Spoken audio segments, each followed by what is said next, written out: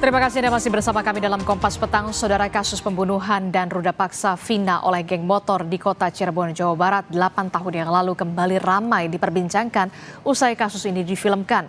Keluarga meminta polisi segera menangkap 3 pelaku yang buron. Keluarga Vina mendesak polisi segera menangkap 3 pelaku yang masih buron. Setelah 8 tahun lamanya, 3 pelaku belum diketahui keberadaannya. Sementara 8 pelaku telah divonis hakim, bahkan 1 diantaranya telah bebas. Keluarga mendesak polisi untuk segera menangkap ketiga pelaku yang buron, terlebih 1 di antara ketiganya adalah dalang pembunuhan dan ruda paksa terhadap korban. Keluarga pengennya cepat ketangkep lah. Cepat ketangkap, cepat diadili juga kayak yang lainnya.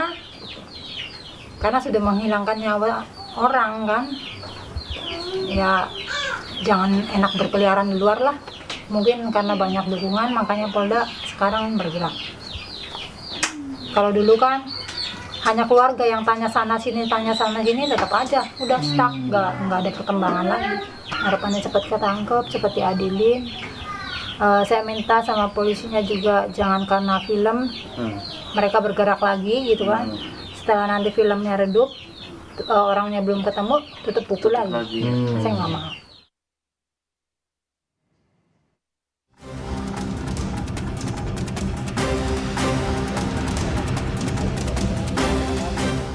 Kasus pembunuhan dan pemerkosaan Vina 8 tahun silam di Cirebon, Jawa Barat kembali ramai diperbincangkan.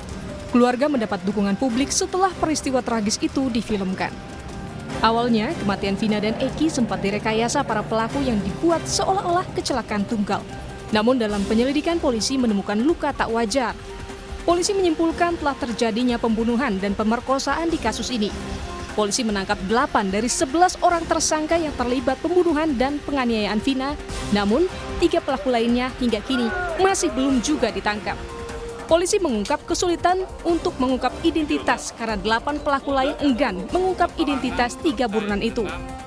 Terkait dengan status DPO terhadap 3 orang lainnya, kami telah melakukan upaya-upaya melakukan pencarian identitas dari 3 orang tersangka yang telah kami keluarkan DPO-nya.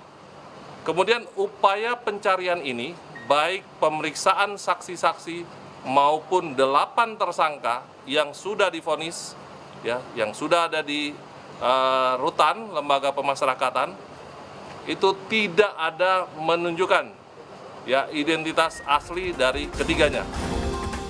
Kasus pembunuhan dan pemerkosaan Vina terjadi pada 27 Agustus 2016. Vina dan Eki jadi korban pembunuhan geng motor. Para pelaku sempat berupaya merekayasa seakan-akan korban meninggal karena kecelakaan tunggal. Polisi menyatakan korban dibunuh pada 31 September 2016. 8 orang anggota geng motor ditangkap, sementara 3 masih buron. Polisi juga menyatakan pelaku memperkosa Vina dalam kejadian itu. Pada 27 Mei 2017, 7 pelaku divonis penjara seumur hidup. 1 pelaku yang masih di bawah umur divonis 8 tahun penjara. 8 tahun berselang, polisi menyatakan pada 13 Mei 2024 bahwa masih ada 3 pelaku pembunuhan yang masih buron. Keluarga berharap polisi segera mengungkap tuntas kasus ini dan menangkap 3 pelaku yang masih buron untuk dibawa ke persidangan. Tim Liputan, Kompas TV.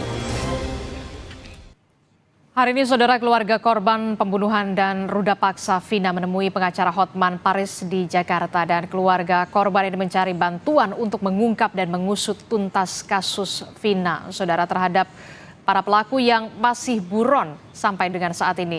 Lebih lengkapnya kita akan membahas bersama dengan Ketua Harian Kompolnas Pak Benny Mamoto dan juga ada kriminolog dari Universitas Indonesia. Sudah ada Profesor Adrianus Meliala. Selamat petang Bapak-bapak semuanya. Selamat petang Pak, selamat petang Pak Benny.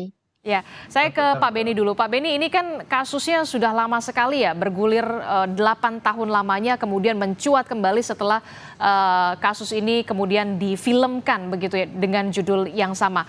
Sebenarnya apa yang menjadi kesulitan dari para polisi ini untuk mengungkap dari kasus ini, dari proses pendampingan Kompolnas?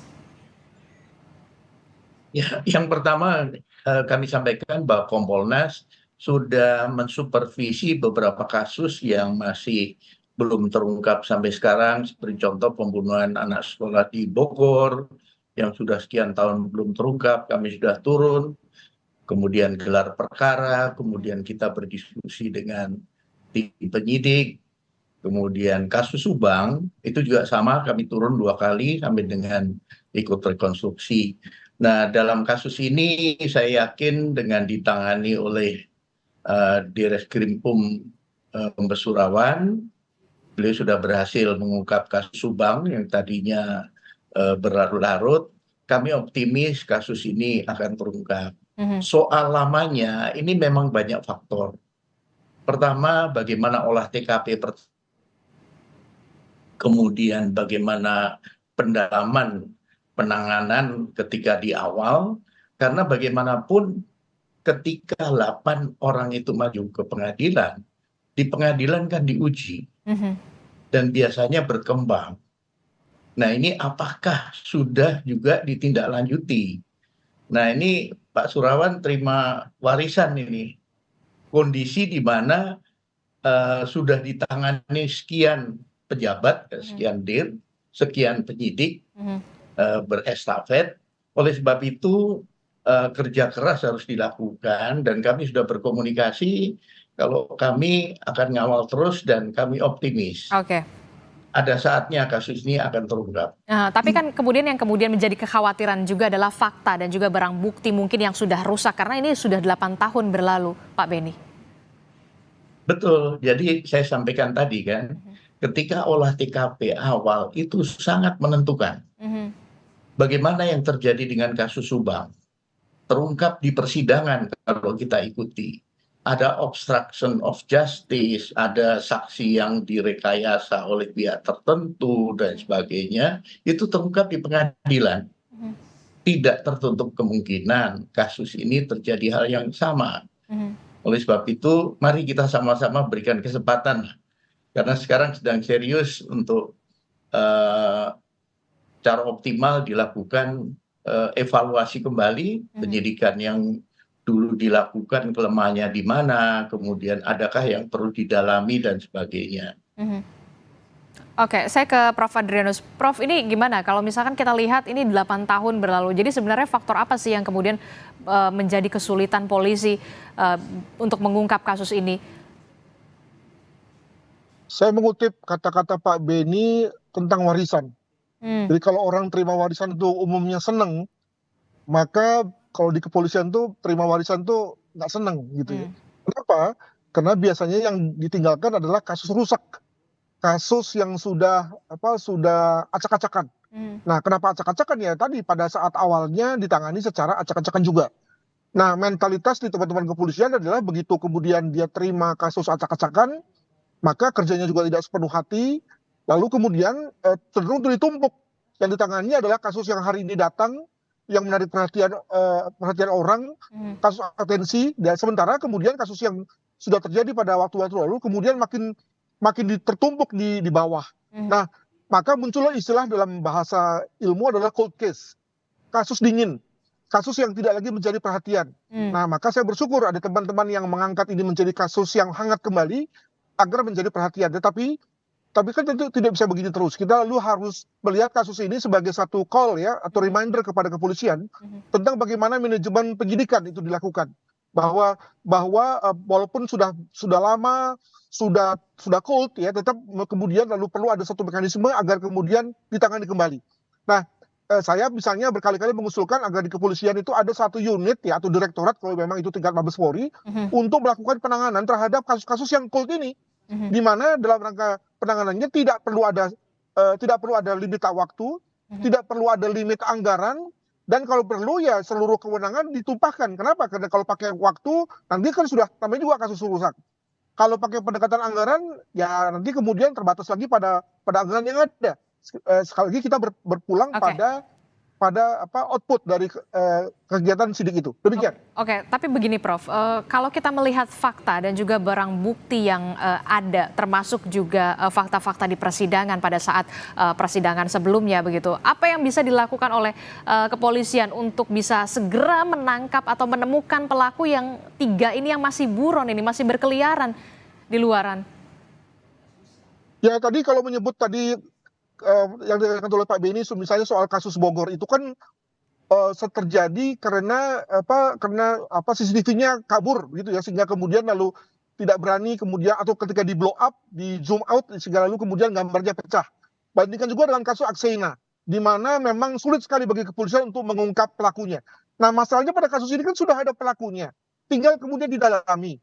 Jadi saya kira ini lebih kepada soal kecanggihan dan kemauan saja dari kepolisian untuk mengadakan hal yang bersifat tuntas, yang kemungkinan itu tidak pernah ada pada direktur-direktur atau kasat-kasat sebelumnya.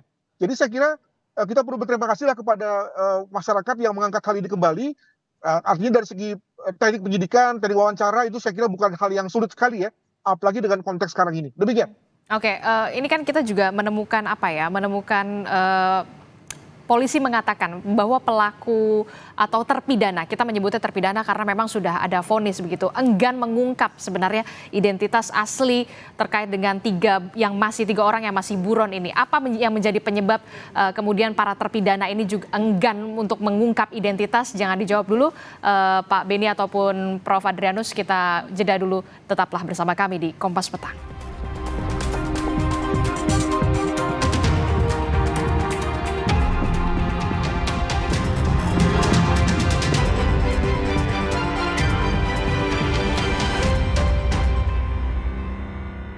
Terima kasih Anda masih bersama kami dalam Kompas Petang. Saudara, kita masih membahas soal penyelidikan yang dilakukan oleh polisi terkait dengan bagaimana mengungkap dan juga mengejar identitas atau pelaku 3 buronan ini dalam kasus Vina. Saya ke Pak Beni. Pak Beni, ini kan kalau kita lihat ya, Polda Jawa Barat ini memang sudah merilis begitu 3 pelaku yang sampai saat ini masih buron setelah 8 tahun. Tapi kemudian yang menjadi pertanyaan adalah bukti fotonya, foto-foto para pelaku ini. Karena ini kan jadi atensi publik juga. Warga juga memberikan perhatian penuh terhadap kasus Vina ini.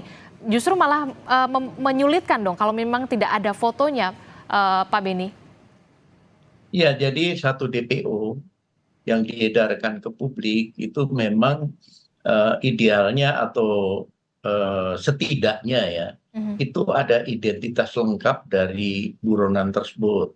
Satu, fotonya, karena dengan foto itu lebih mudah orang mengidentifikasi.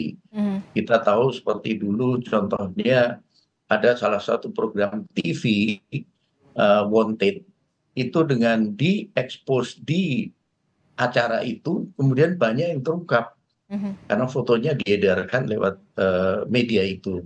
Nah, kalau dari hasil penyidikan di lapangan belum diperoleh foto, hanya minim, hanya sebutan nama, alias, panggilan dan sebagainya. Ciri-ciri berdasarkan kalimat. Jadi sulit. Iya, karena yang diperoleh sebatas itu saat ini. Nah, ini tentunya nanti akan didalami kembali oleh Pak Dir dan jajarannya untuk nanti bisa sampai dengan mengidentifikasi siapa sesungguhnya 3 orang ini. Kita perlu menunggu dulu lah, karena ini sedang berproses. Tentu kita menunggu betul begitu foto-foto dirilis oleh Polda Jawa Barat terkait dengan foto-foto buronan ini. Saya ke Prof Adrianus. Prof Adrianus, ini kan kalau kita lihat bagaimana kemudian polisi bisa mencari paling tidak keberadaan dari 3 buronan ini. Kalau kita lihat kan sebelumnya para terpidana ini kan ditangkap begitu dengan barang bukti handphone atau telepon seluler yang kemudian disita oleh polisi. Bagaimana ini bisa terungkap begitu? Paling tidak harus ada foto lah supaya kita juga masyarakat juga bisa ikut berpartisipasi karena memang atensi ini sangat besar untuk kasus Vina ini. Ya, saya tidak bisa menjawab secara langsung, namun hanya ingin mengemphasize bahwa inilah pentingnya bukti saksi gitu ya, di mana seiring dengan waktu kemudian bukti dan saksi itu lalu kemudian menjadi usang, menjadi hilang, atau bahkan kemudian tidak lagi jadi relevan. Sebagai contoh misalnya foto, kalaupun ada foto yang diambil 8 tahun lalu, maka bisa dibayangkan pada hari ini tentu sudah makin tua orangnya ya, sehingga Ya. kemudian lalu sudah susah untuk dijadikan sebagai satu patokan. Nah, maka memang menjadi timely dan vital bagi kepolisian untuk melakukan satu kegiatan lidik-sidik secara cepat-cepatnya, sehingga kemudian lalu kita terbantu dalam rangka alat bukti tersebut. Nah, maka ketika kemudian lalu sudah seperti ini, tentu kita sudah harus berpikir bahwa ingatan sudah terdistorsi, memori sudah aus ya, dan bahkan sudah tidak ingat lagi, maka tentu bisa dibayangkan kegiatan pendalaman oleh kepolisian Polda Jabar itu saya kira akan susah sekali. Jadi kalau tadi dikatakan oleh Pak Beni sedang dilakukan pendalaman, maka ya apa yang bisa dilakukan lagi? Saya hanya berpikir bahwa yang akan digali oleh kepolisian adalah yang namanya mind map atau peta mental, bahwa seseorang itu pasti memiliki peta mental dalam rangka dengan di rumah siapa dia merasa familiar, orang-orang siapa dia merasa familiar, lokasi-lokasi mana yang mungkin sering didatangi oleh pelaku begitu ya. Dengan kata lain kita bicara mengenai kedekatan orang dengan lokasi-lokasi tertentu. Nah, tapi juga sekali lagi dalam konteks 8 tahun itu tentu saja banyak hal yang sudah berubah. Jadi saya bisa bayangkan kesulitan kepolisian dalam rangka merefresh segalanya. Begitu. Oke, kita akan menunggu bagaimana langkah polisi dalam hal soal foto-foto tadi yang kemudian harus bisa segera dirilis, pastinya kita berharap ya. Kemudian begini, Prof. Adrianus, pelaku atau terpidana, kita menyebutnya terpidana yang 8 orang ini katanya enggan untuk mengungkap identitas asli 3 buronan. Ini kalau dari kacamata Anda, mengapa ada ketakutan ini? Ya, saya bisa bayangkan bahwa itu akan diperkirakan akan menginkriminasi dirinya, akan memberatkan dirinya kembali kan. Jadi tentu saja sebagai seorang yang terpidana, ya memang dia sudah inkrah ya. Tetapi juga di pihak lain, dia khawatir kalau kemudian dia memberikan keterangan kepada kepolisian, maka lalu kemudian kepolisian bisa membuka kembali, dia lalu jadi saksi kembali, dan tentu dengan kacamata awamnya, dia khawatir akan kemudian lalu menambah masa pidananya. Jadi saya kira saya bisa memahami kalau kemudian seorang yang berada dalam status terpidana, warga binaan akan hati-hati betul dalam rangka bicara soal kawannya yang masih kabur di luar sana, begitu. Pak Beni, ini bagaimana nih kalau misalkan kita lihat ternyata terpidana yang lain begitu ya, 8 yang sudah divonis ini ada bisa dikatakan enggan lah mengungkapkan sebenarnya identitas asli, bahkan memberikan informasi soal tiga pelaku ini. Apa yang kemudian harus dilakukan oleh polisi? Ya, saya ingin kembali kepada masalah foto tadi ya. Ketika saya sebagai penyidik, saya beberapa kali itu membuat sketsa wajah dari keterangan saksi atau pelaku yang lain. Pertanyaan saya, apakah dulu dilakukan? Dari keterangan para pelaku yang lain, sudahkah dilakukan sketsa wajah? Saya pernah ketika menangani kasus pembunuhan Sari Dewi di Hotel Sahid, malah pematung yang membantu saya untuk merekonstruksi wajah dari pelaku itu. Nah, ini kalau tidak dibuat berarti temuan salah satu kelemahan ketika pada saat penanganan di awal tadi. Karena informasinya kan pada mabuk semua ini geng motor. Oke, dalam kondisi tidak sadar kita nggak bisa gali informasinya. Tapi setelah sadar tentunya kan bisa menjelaskan karena mereka tentunya berinteraksi sebelum mabuk. Sebelum mereka minum minuman keras. Nah, inilah kelemahan-kelemahan yang saya sampaikan tadi di awal penanganan itu sangat menentukan. Kalau ada lubang-lubang atau ada hal-hal yang tidak ditangani dengan baik, ini menjadi kelemahan dalam mengungkap satu kasus. Oke, saya ke Prof. Adrianus. Prof. Adrianus, ini kan kalau kita lihat ya, 8 tahun begitu, bukan waktu yang sebentar pastinya. Prof. Adrianus, apakah kemudian 3 pelaku yang masih buron ini punya background yang begitu kuat, bahkan sampai terpidana yang sudah divonis saja enggan untuk mengungkap sebenarnya identitas pelaku? Jadi kalau saya bayangkan bahwa 8 orang yang tertangkap itu ketika dalam rangka melarikan diri, itu akan mengandalkan pada mental map-nya, mind map-nya. Jadi dia lari ke rumahnya, lari ke rumah tetangganya, atau lari ke rumah saudaranya, sesuatu yang familiar. Ya, dan itu yang kemudian dibaca oleh kepolisian dan dengan mudah ditangkap. Nah, 3 orang ini kelihatannya dia mungkin dibantu atau mungkin juga didukung oleh siapa gitu, sehingga kemudian lalu bisa pergi ke tempat-tempat yang di luar mind map itu, hal mana kemudian menyulitkan kepolisian dalam rangka mencari keberadaan mereka. Dan mungkin terus bertahan sehingga kemudian lalu tetap tidak bisa ditemukan. Namun demikian saya meyakini bahwa itu bisa terjadi lebih juga karena konteks kepolisiannya yang tadi sudah terdesak oleh kasus keseharian yang muncul ya, sehingga kemudian perhatian mereka terdistract dan lalu lupa dengan hutang mereka yang sudah menumpuk. Jangan juga lupa bahwa konteks operasional di kepolisian di mana perpindahan seorang anggota polisi itu tidak kemudian lalu mengindahkan pada PR yang sedang mereka tangani, itu juga menjadikan begitu kemudian sprint diterima, TR diterima, maka lalu lupa itu dengan PR tersebut, dengan PR yang masih ada. Jadi saya juga lewat kasus ini mengharapkan agar semua orang yang akan pindah itu harus segera menyelesaikan dulu pekerjaannya sebelum pindah ke tempat yang baru, begitu. Oke, baik, terima kasih Kriminolog Universitas Indonesia Profesor Adrianus Meliala dan juga Ketua Harian dari Kompolnas Pak Benny Mamoto. Terima kasih Bapak-Bapak telah bergabung bersama kami dalam Kompas Petang, Saudara. Terima kasih.